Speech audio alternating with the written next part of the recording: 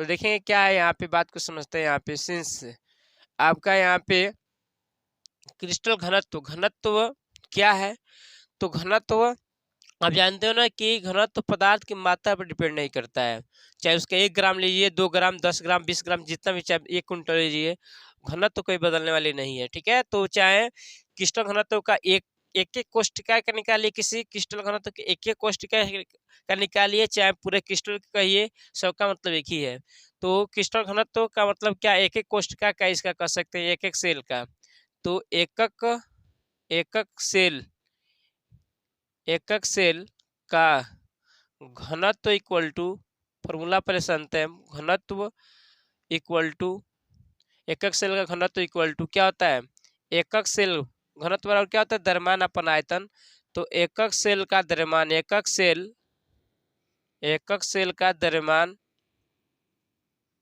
एकक सेल का द्रव्यमान अपान एकक सेल का आयतन, एकक सेल का आयतन, एकक सेल का आयतन।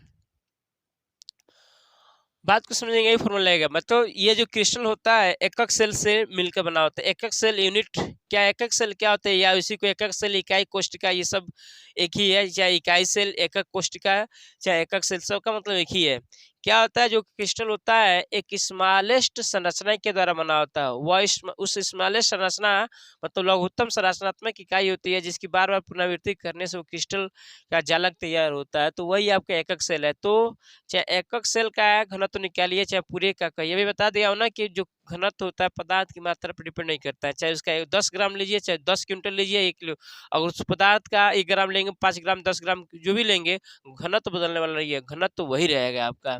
ठीक है, तो पदार्थ के एक सेल का घनत्व निकालिए, या टोटल पदार्थ मतलब क्रिस्टल घनत्व के, सबका मतलब क्या है, एक ही है। तो यहाँ पे हमने क्या लिखा है कि घनत्व बराबर जानते हैं द्रव्यमान अपन आयतन। तो एकक सेल का द्रव्यमान अपन एकक सेल का आयतन।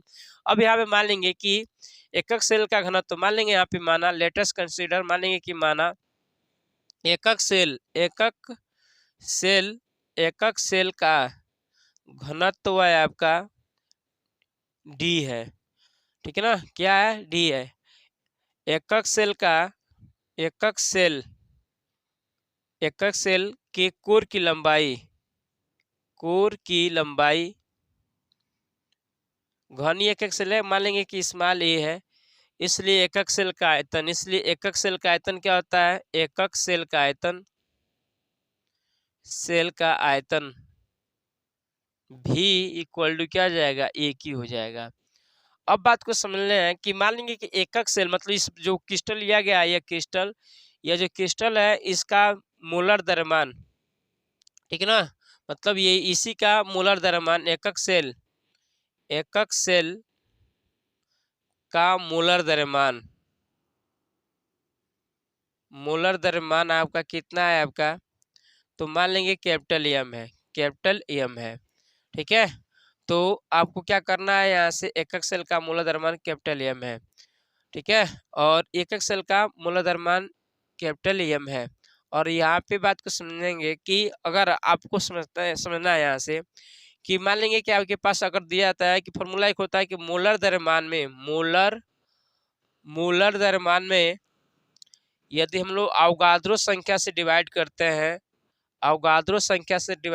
हैं, तो क्या निकल कर आता है, अगर ये मोलर द्रव्यमान परमाणु का है, तो परमाणु के मोलर द्रव्यमान में अगर अवोगाद्रो संख्या से डिवाइड करेंगे तो एक परमाणु का द्रव्यमान निकल कर आता है। अगर यह मोलर द्रव्यमान आणविक द्रव्यमान के रूप में है, तो डिवाइड करेंगे अवोगाद्रो संख्या से, तो एक अणु का द्रव्यमान निकल कर आता है। तो अगर हम लोग क्या करेंगे, इस एकक सेल का मोलर द्रव्यमान में हम लोग, ठीक है ना, किसे भाग देंगे, अवोगाद्रो संख्या से भाग दे देंगे। तो एक एकक सेल में, ठीक है ना, एक सेल में एक परमाणु का द्रव्यमान निकल कर आ जाएगा। तो बात को समझते हैं यहाँ पे। पहले अब क्या करते हैं, यहाँ से हम लोग यहाँ हम बात को समझना है, यहाँ से आयतन के बारे में, द्रव्यमान के बारे में हम लोग लिखते हैं एकक सेल का द्रव्यमान। तो एकक सेल का द्रव्यमान का फॉर्मूला क्या होता है, एकक सेल का द्रव्यमान अगर मैं लिखूं तो एकक सेल का द्रव्यमान क्या हो जाएगा, तो एकक सेल का द्रव्यमान बराबर क्या हो जाएगा, तो एकक सेल का जो द्रव्यमान होगा वह कैसे निकलेगा, तो बात को समझते हैं। इस मान लेंगे कि आपके पास एक बैग सिक्का है, एक बैग सिक्का है। अगर इस एक बैग सिक्के की दरम्यान निकालना है तो क्या क्या तरीका आपका होगा। अगर मान लेंगे कि सिक्कों की संख्या यहाँ पे ज्ञात है कि मान लेंगे कि 50 सिक्कों की संख्या है और सब सिक्के समान है आपके, ठीक है ना, और एक सिक्के का दरम्यान मान लिया दे दिया गया 5 ग्राम है। तो क्या करेंगे, कुल निकालने के लिए क्या करेंगे, 50 में इसका मल्टीप्लाई कर देंगे, निकल कर आ जाएगा। तो ये उसी तरीके से यहाँ पे है एकक सेल का द्रव्यमान। तो एकक सेल द्रव्यमान निकालने के लिए क्या करेंगे कि एकक सेल में परमाणुओं की संख्या, एकक सेल में एकक सेल में परमाणुओं की संख्या या मतलब कणों की संख्या कर लेंगे, कणों की संख्या जैसे यहाँ पे बताया गया है कि इसका निकालने के लिए कण मतलब यहाँ पे सिक्का है, सिक्कों की संख्या गुणे एक सिक्के का द्रव्यमान। तो एक सिक्के का द्रव्यमान मतलब क्या, एक कण का द्रव्यमान, एक कण का द्रव्यमान, एक कण का द्रव्यमान। अब बात को समझते हैं। यहाँ पे एकक सेल के कणों की संख्या मान लेंगे, एकक सेल में कणों की संख्या स्मॉल कैपिटल जेड है और इंटू एकक सेल का जो द्रव्यमान है क्या, स्मॉल एम है।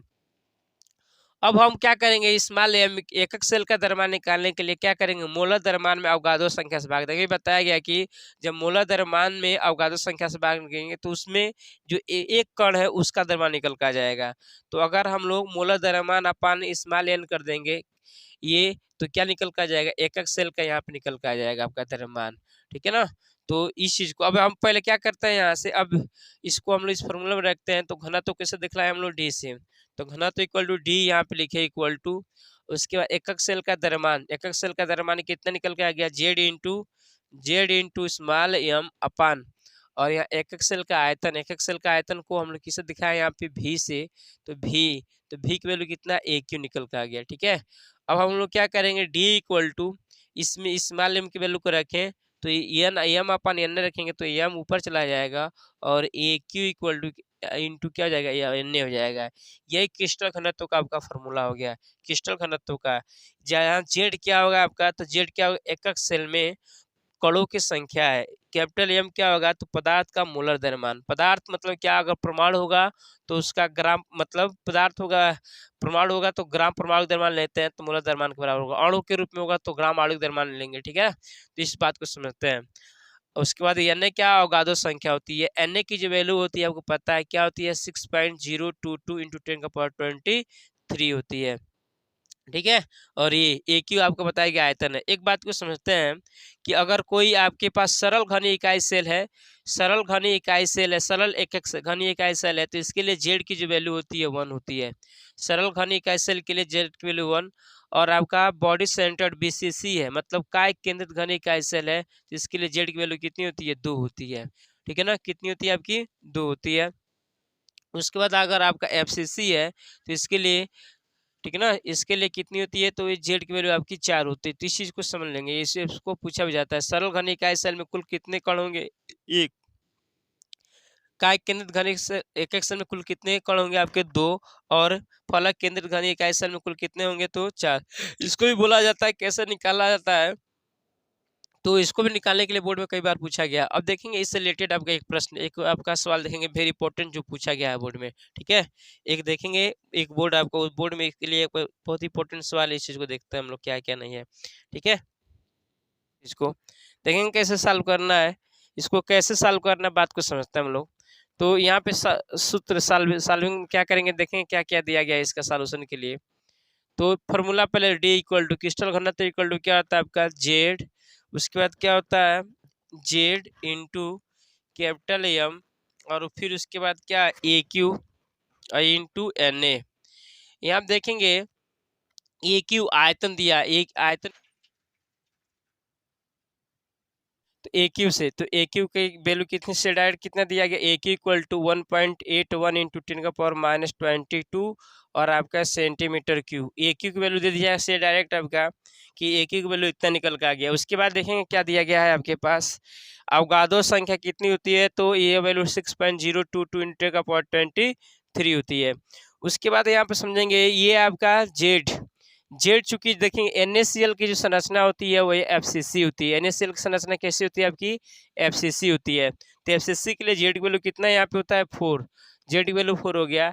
यम क्या है, तो इसका मोलर द्रव्यमान है, तो यम इसका मोलर द्रव्यमान। तो इसका मोलर द्रव्यमान निकालने के लिए क्या करेंगे, Na का 23.3 होता है और ये 35.5 इसका परमाणु भार होता है। जिसको हल कर देंगे तो 58 पॉइंट क्या हो जाएगा आपका, यहाँ पे ये 23.3 होता है, क्या हो जाएगा आपका 58 पॉइंट क्या हो जाएगा आपका, तो 8 हो जाएगा।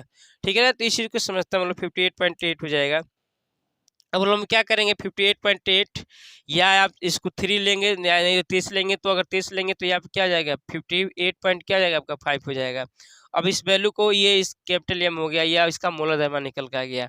मोलर द्रव्यमान क्या निकालते हैं, तो मोलर द्रव्यमान निकालने के लिए क्या करेंगे, जो इसका है निकाल कर ग्राम आणविक द्रव्यमान, मतलब क्या करना है आपको मोलर एम की वैल्यू निकालने के लिए, तो इसका अणुभार निकालेंगे, उसी को ग्राम व्यक्त देंगे, ग्राम आणविक द्रव्यमान, वही आपका क्या कहलाएगा आपका मोलर द्रव्यमान इसका कहलाएगा।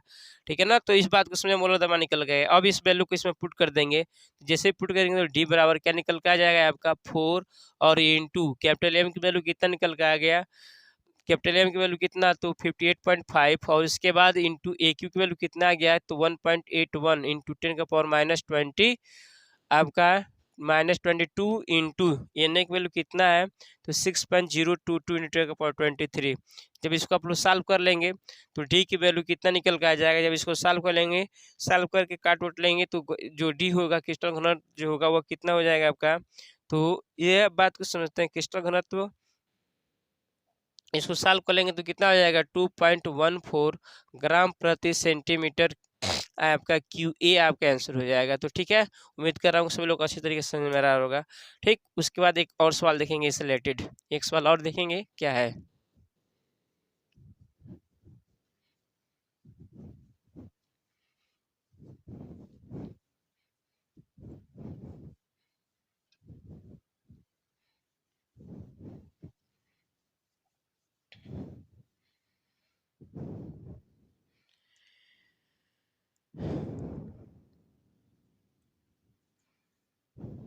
देखेंगे एक बहुत वेरी इंपॉर्टेंट ये भी है आपका, क्या कहा जा रहा है, तो कहा जा रहा है आपका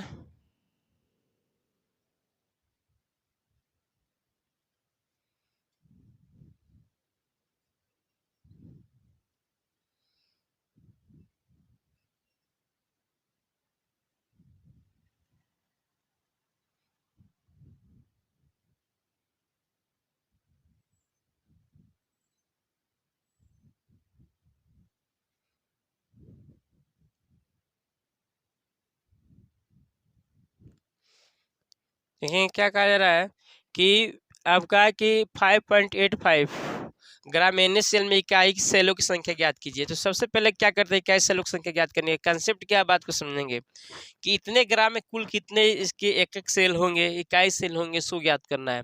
तो एक फॉर्मूला आप जानते हैं कि यहाँ पे बात को समझिए, इकाई सेलों की संख्या कैसे निकलेगी, कुल इकाई सेलों की संख्या। तो एक इकाई सेलों की संख्या निकालने का क्या, इकाई सेलों की संख्या इक्वल टू, या रख लेंगे आप लोग इकाई सेलों की संख्या इक्वल टू क्या आ जाएगा, इकाई सेलों की संख्या इक्वल टू क्या आ जाएगा, तो यहाँ से यहाँ पे एकक सेल एकक सेल एकक सेलों की संख्या, इकाई सेलों की संख्या इक्वल टू एक एकक सेल में आपका क्या आ जाएगा, यहाँ बात को समझेंगे, इकाई सेलों की संख्या इक्वल टू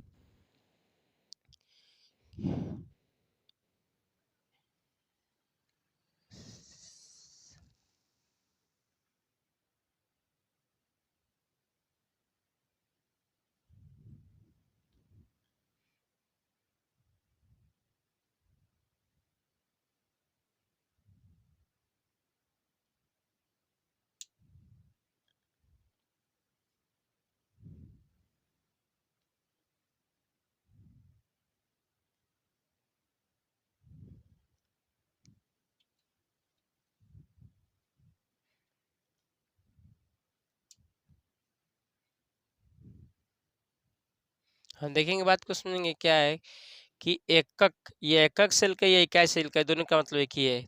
एकक, कुल एकक सेलों की संख्या इक्वल टू कुल एकक सेलों की संख्या इक्वल टू सेलों की संख्या इक्वल टू क्या फॉर्मूला होता है, तो एकक सेलों की संख्या, एकक सेल की संख्या एकक सेल की संख्या इंटू, ठीक है ना, इंटू मतलब एकक सेल में, एकक सेल में, एकक सेल में क्या होगा आपका, कुल कणों की संख्या, एकक सेल, एकक सेल, एकक सेल, एकक सेलों की संख्या, एकक सेलों की संख्या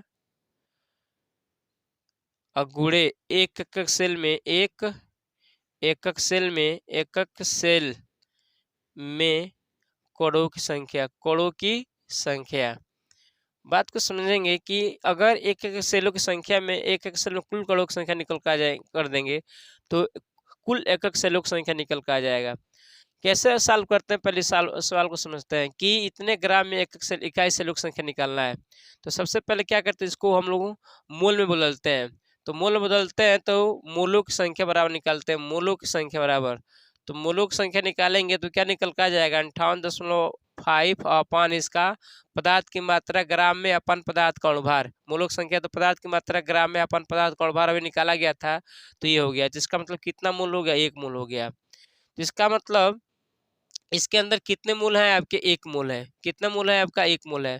जिसका मतलब 58.5 ग्राम NaCl किसके बराबर हो गया, इसके 1 मोल NaCl के बराबर हो गया, 1 मोल NaCl के बराबर हो गया। और आप जानते हैं कि 1 मोल NaCl में, NaCl में, ठीक है ना, NaCl में कुल कणों की संख्या कितनी आएगी, कुल कणों की संख्या, कुल कणों की संख्या जो होगी, कणों की संख्या कितनी होगी, तो किसी पदार्थ के अंदर 1 मोल में कुल कणों की संख्या किसके बराबर होती है, तो अवगाद्रो संख्या के बराबर होती है, अवगाद्रो संख्या के बराबर होती है, ठीक है ना।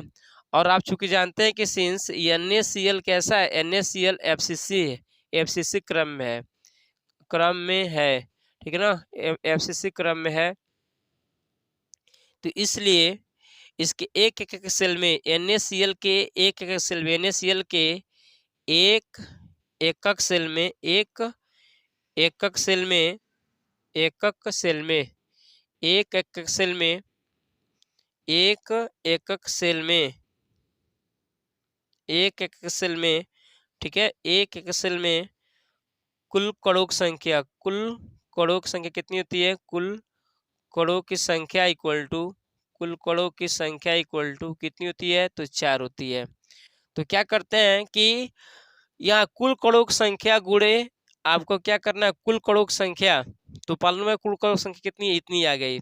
अब क्या करना है, एकक सेलों की संख्या में, ठीक ना, एकक सेलों की संख्या में कुल कणों की संख्या निकाल से मल्टीप्लाई कर देंगे तो क्या निकल कर आ जाएगा, कुल एकक सेलों की संख्या निकल कर आ जाएगा। अब हम लोग क्या करेंगे, इसे में हम लोग फॉर्मूले में रख देंगे, तो फॉर्मूला रखेंगे तो कुल कणों की संख्या, कुल एकक सेलों की संख्या, मतलब कुल एकक सेलों की संख्या का मतलब यही आपका कितना आया आपका, तो 6.022 इंटू 10 का पावर कितना आया आपका, 23 आया आपका, 23 आया। एकक सेलों की संख्या निकालना है, एकक सेलों की संख्या, सेलों की संख्या गुणे एक एक सेल में कुल कितने कण है, 4, तो इसलिए हम लोग क्या करेंगे, एकक सेल, एकक सेलों की संख्या बराबर, एकक सेलों की संख्या बराबर क्या कर लेंगे, 6.022 इंटू का पावर 23/4 कर देंगे। जब भाग दे देंगे इसके अंदर, इससे भाग दे देंगे तो भाग देकर आप देखें कितना आएगा आपका, आपका कट जाएगा, ये आपका आंसर निकल कर आ जाएगा, ठीक है ना। तो इतने होंगे, ये आपका आंसर आएगा। तो बहुत इंपॉर्टेंट सवाल थे, इस चीज़ को हमने देखा, ठीक है।